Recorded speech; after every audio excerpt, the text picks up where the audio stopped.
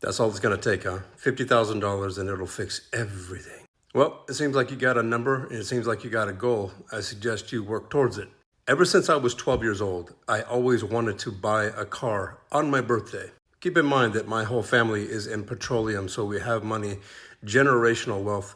And keep in mind that my father bought a house in 1982 for $750,000. He paid it all off all in one go. Knowing that, let's go back to the story where I'm 12 years old and always wanting a car. I asked my father if he was going to buy me a car when I was 16 years old.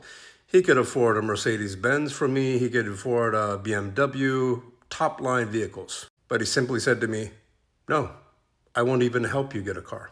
At the time, I didn't understand because, we had money, so why wouldn't you buy your son a car? And here I have a complete stranger asking me for $50,000. Wallah, hada shay'un gharib. So at this point, at 12 years old, I knew that I could never get money from my father to buy a car. So what did I do? I was the 12-year-old boy pushing a lawnmower in the neighborhood and cutting grass for $5, $10, and $15 a lawn. And when all of my friends were playing and skating and enjoying their lives and, sleeping and watching TV, I was out under the hot Californian sun, cutting grass and even washing cars for money, even though my father had a whole bunch of money. But my father wanted me to learn a lesson, obviously, that everything, just because we have something, just because he has something, doesn't mean that I have something. He was teaching me how to be a man. And I sincerely, from the bottom of my heart, really thank him for that lesson in my life. So I saved money, and I saved money, and I saved money. And you know what? When my 16th birthday came, yes, I had been working for 4 years at the age of 12. I went to go get my license. I passed my license test.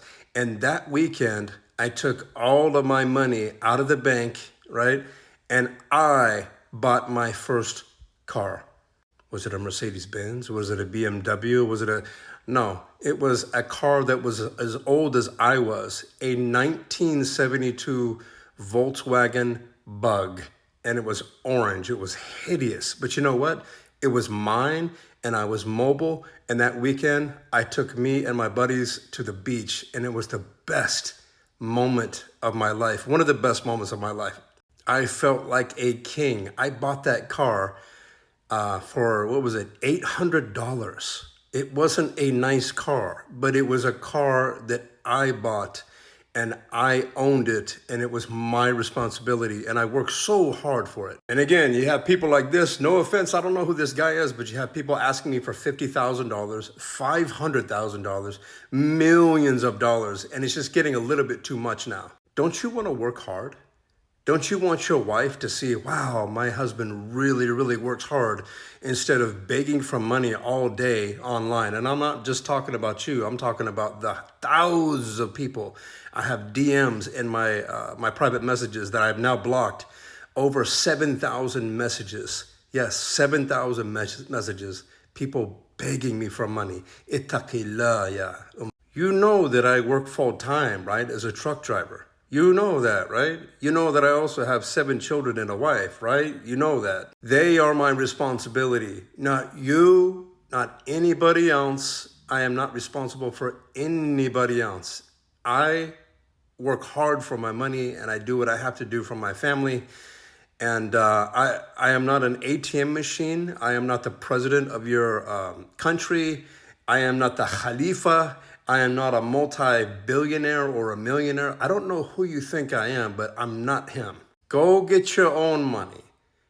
Watch and enjoy the smile on your wife and your kids' faces when you're working your butt off and they're smiling, they're happy, they're fed, everybody's in good health, they have a roof over their head, they have beds to sleep in, and everything's fine.